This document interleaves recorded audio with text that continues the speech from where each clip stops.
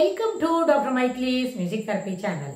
இன்றைய பதிவிலையும் சோஷியல் இன்டராக்ஷன்ஸில் பழகுவதில் இனிமை, நம்ம தனிமனிதனுடைய நம்முடைய உணர்வுகளை வெளிக்காட்டிக் கொள்வதில் எத்தகைய இனிமையை கையாள வேண்டும், உணர்ச்சிகளை எப்பொழுது வெளிக்காட்ட வேண்டும், எப்பொழுது அதனை கட்டுப்படுத்திக் கொள்ள வேண்டும். உணர்ச்சிகளை கட்டுப்படுத்திக் கொள்வது எங்கனம், அது மகிழ்ச்சியை வெளிப்படுத்திக் கொள்வதாக இருந்தாலும் ஒரு கட்டுக்குள்ளே இருக்கணும். இல்லை ரொம்ப சாரோ இருக்கு, துக்ககரமான நிகழ்ச்சிகள் இருக்குது மனசுக்குள்ள, அது எல்லாத்தையும் அந்த எண்ண ஓட்டங்கள் மிகவும் சோகமாக இருக்கிறது அப்படின்னு சொன்னால் சோகத்தையும் எப்படி வெளியில் காட்டிக்காமல் இருக்கணும் அப்படின்னு. சோகம் தவறு அப்படின்னு கிருஷ்ணரே பகவத்கீதையில் அர்ஜுனனுக்கு சொல்லி கொடுக்குறார். சோகம் தவறு, ரொம்ப சோகிக்காத, எது நடக்கிறதோ அது சரியாக தான் நடக்கும். உனக்கு புரியலன்னு சொன்னால் அதனால் அது இல்லவே இல்லைன்னு ஆகுமா? இல்லை உனக்கு ரொம்ப சரியாக புரிஞ்சுடுத்துன்னா அவ்வளோதானா, அதுக்கு மேலே அந்த விஷயத்துக்கு நிறைய இல்லையா? அதனால் உனக்கு என்ன புரியுறதோ அதை கட்டுப்பாட்டுக்குள்ளே வை அப்படின்னு சொல்லி கொடுக்குறார். ஒய் இட் இஸ் அப்படின்னு நம்ம பார்க்கும்பொழுது எந்த நிகழ்ச்சியாக இருந்தாலும் அதில் ஒரு என்ன இருக்கும், ப்ளஸ் இருக்கும், மைனஸ் இருக்கும், ஏற்றுக்கொள்ளக்கூடிய கருத்துக்களும் இருக்கும், ஏற்றுக்கொள்ள முடியாததும் இருக்கும். ஆனால் ஒரு நிகழ்ச்சியில் ஒருத்தர் பேசுகிறாங்கன்னு வைங்க, அதில் ஏற்றுக்கொள்ள முடியாத செய்திகளை சொல்ல மாட்டாங்க, ஏன்னா அவங்க ஒரு எக்ஸ்பர்ட்னு சொல்லி வராங்க. ஆனால் அது ஏற்றுக்கொள்வதற்கு இன்னும் நுணுக்கமாக சில விஷயங்களை புரிந்து கொள்ள வேண்டும், அதனால தான் அதை ஏற்றுக்கொள்ள முடியும்னு அவங்க சொல்கிறாங்க.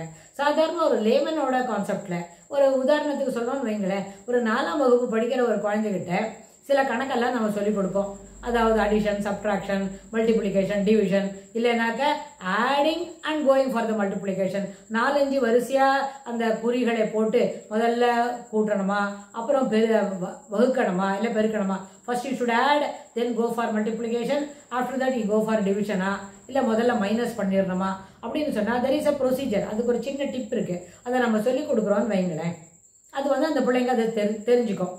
இதே கண்ணோட்டத்தில் அதே பெர்ஸ்பெக்டிவ்லேயே அடுத்த வகுப்பில் இன்னும் மேல் வகுப்புலலாம் கணிதம் போட முடியுமா? வாய்ப்பில்லை. 4ஆம் வகுப்பில் படிக்கும்பொழுது கிடைக்கக்கூடிய அந்த டெக்னிக்கு ட்ரிப்ஸ் எல்லாம் வேறு தான். அந்த டிப்ஸ்க்கு அப்புறம் அதுவே ஓவர் த பீரியட் அது என்ன ஆகும், எவல்வ் ஆகும், மீண்டும் மீண்டும் வளர்ந்து பெரிதாக வளர்ந்து பெரிய அளவில் விஷயங்களை நம்ம தெரிஞ்சுக்கொள்ள வேண்டி வரும். அதுதான் சரியான முறை. அப்படி தான் அப்போ தான் நம்ம நிறைய படித்ததாக ஆகும். ஆனால் இந்த 2 கான்செப்டில் சொல்கிறோமே, அடிஷன், சப்ட்ராக்ஷன், இல்லை போனால் சிறு சிறு அளவில் ஒரு 4ஆம் வகுப்பில் கணக்கு போடுற மாதிரியே 12ஆம் வகுப்பில் கணக்கு போட முடியாது. அப்படி போடுவது ஏற்றுக்கொள்வதற்கு இல்லை. ஆனால் இந்த 2 லைன்லையும் தாண்டி இந்த 4ஆம் வகுப்பில் கணக்கு போடுறதுக்கும் 12ஆம் வகுப்பில் கணக்கு போடுறதை காட்டிலும் அடிப்படையில் புரிஞ்சிக்க வேண்டிய சில கான்செப்ட்ஸ்லாம் உண்டு. எப்படி வேலை செய்கிறதோ, மூளை எப்படி வேலை செய்கிறது தெரியாது, அது நம்ம பார்த்ததே கிடையாது. ஆனால் அதுக்கு நம்ம நல்லா ட்ரைனிங் கொடுக்குறோம், டேபிள்ஸ் சொல்கிறோம், அடுத்து என்ன செய்யணும், எப்படி பார்க்கணும், அதில் என்னெல்லாம் உண்டு அதெல்லாம் நம்ம சொல்லி கொடுக்குறோம். அது அந்த விஷயங்களை அந்த மூளை என்ன பண்ணுறது, அதை பதிச்சுக்கிறது, தொடர்ந்து அதுக்கு தொடர்புடைய செய்திகளை பேசுறதுக்கு முயற்சி செய்யுது. ஸோ இந்த பெர்ஸ்பெக்டிவில் பார்க்கும்பொழுது நம்ம என்ன செய்யணுமோ, ஒரு இனிமையாக பழக வேண்டும் அப்படின்னா இனிமையாக பழகுவதற்கு என்ன செய்யணும், முதல்ல சொல்லி listen more, then you raise your self to speak.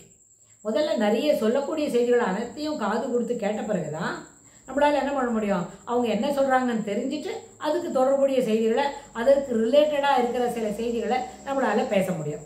So இது 2 ஒன்றுக்கொன்று தொடர்புடையது. ஆனால் if you want to speak further அப்படின்னா first you learn to listen. அதில் என்ன சொல்லிக் கொடுப்பாங்க, முதல்ல பொறுமையாக காது கொடுத்து செய்தியை வாங்குறது எப்படின்னு தெரிஞ்சுக்கோ, அதுக்கு ஒன்றை தயார்படுத்திக்கோ, அதுக்கப்புறம் நீ பேச துவங்கலாம் அப்படின்னு சொல்லுவாங்க. ஒரு வகுப்பறையில் பேசுறதுக்கு இப்படி இருந்தாலும், வெளியில் பொது இடங்களில் பேசுகிறதா இருந்தாலும் நம்முடைய உணர்ச்சிகளை காட்டிக்கொள்ளும் பொழுது அவங்க என்ன சொல்கிறாங்கன்னு பொறுமையாக கேட்டுவிட்டா அதுக்கு does require any response, do you act on it or pro action பண்ணணுமா, ரியாக்ட் பண்ணணுமா அப்படின்னு பார்க்க. ப்ரோ ஆக்ஷன், ஆமாம் சொல்கிறது நீங்கள் ரொம்ப சொல்கிறது கரெக்டு அப்படின்னு சொல்லிட்டா that is called pro act. நீங்கள் சொல்கிறதே ஏற்றுக்கொள்கிறேன்னு சொல்லிட்டு அந்த இடத்துல you can simply leave from that place. Rather you can react to that, how dare you are, என்ன இப்படித்தான் சொல்கிறாங்க அப்படின்னு சொல்லி பேசிட்டு அந்த கேள்விக்கு, அவங்க சொன்ன செய்திக்கு அதுக்கு என்ன வேணும், ப்ரோஸ் அண்ட் கான்ஸ் சொல்லலாம், காஸ் அண்ட் எஃபெக்ட் சொல்லி அது இப்படியெல்லாம் கொண்டு போய் விடும் அப்படின்னு அதை பெரிய அளவில் அதை என்ன பண்ணலாம், விஸ்தரித்து பூதாகாரமாக பெருசாக்கி கூட பேச முடியும். we can also make it. ஆனால் எது சரி அப்படின்னு பார்க்கும்போது அந்த சரியான செய்திகளை சரியாக சொன்னாலும் நமக்கு எப்படி புரியுது, ஏன்னா அவங்க நம்ம சொன்னோம் எல்லா விஷயங்களும் அவங்க சொல்லிக் கொடுப்பாங்க அப்படின்னு நம்ம சொன்னபோது சில சமயத்தில் ஏற்றுக்கொள்ள முடியாதுன்னு ஒரு செய்தி சொல்லுவாங்கன்னு சொல்கிறோம்.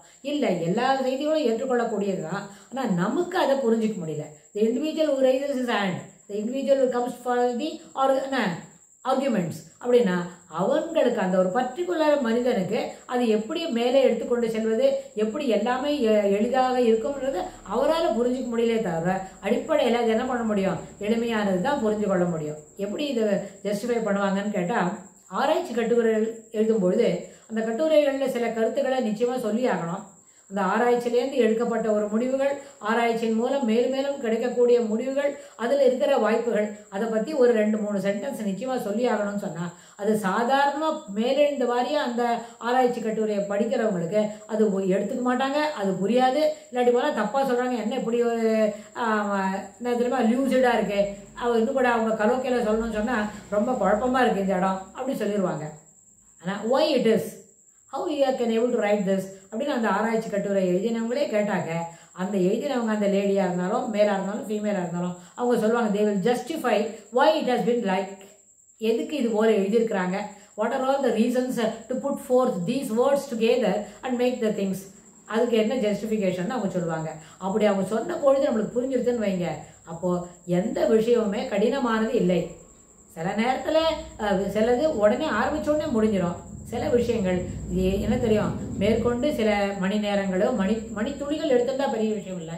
மணி நேரங்கள், சில சமயம் வாரங்கள், நாட்கள் வாரங்கள் அப்படின்னு எக்ஸ்ட்ராவாக எடுத்துக்கிட்டு போகணும்னா அது நாள் வரைக்கும் காத்துன்னு இருந்தா அப்போவும் அதுக்கு நமக்கு என்ன கிடைக்கும், சிறப்பான சொல்யூஷன் கிடைக்கும்.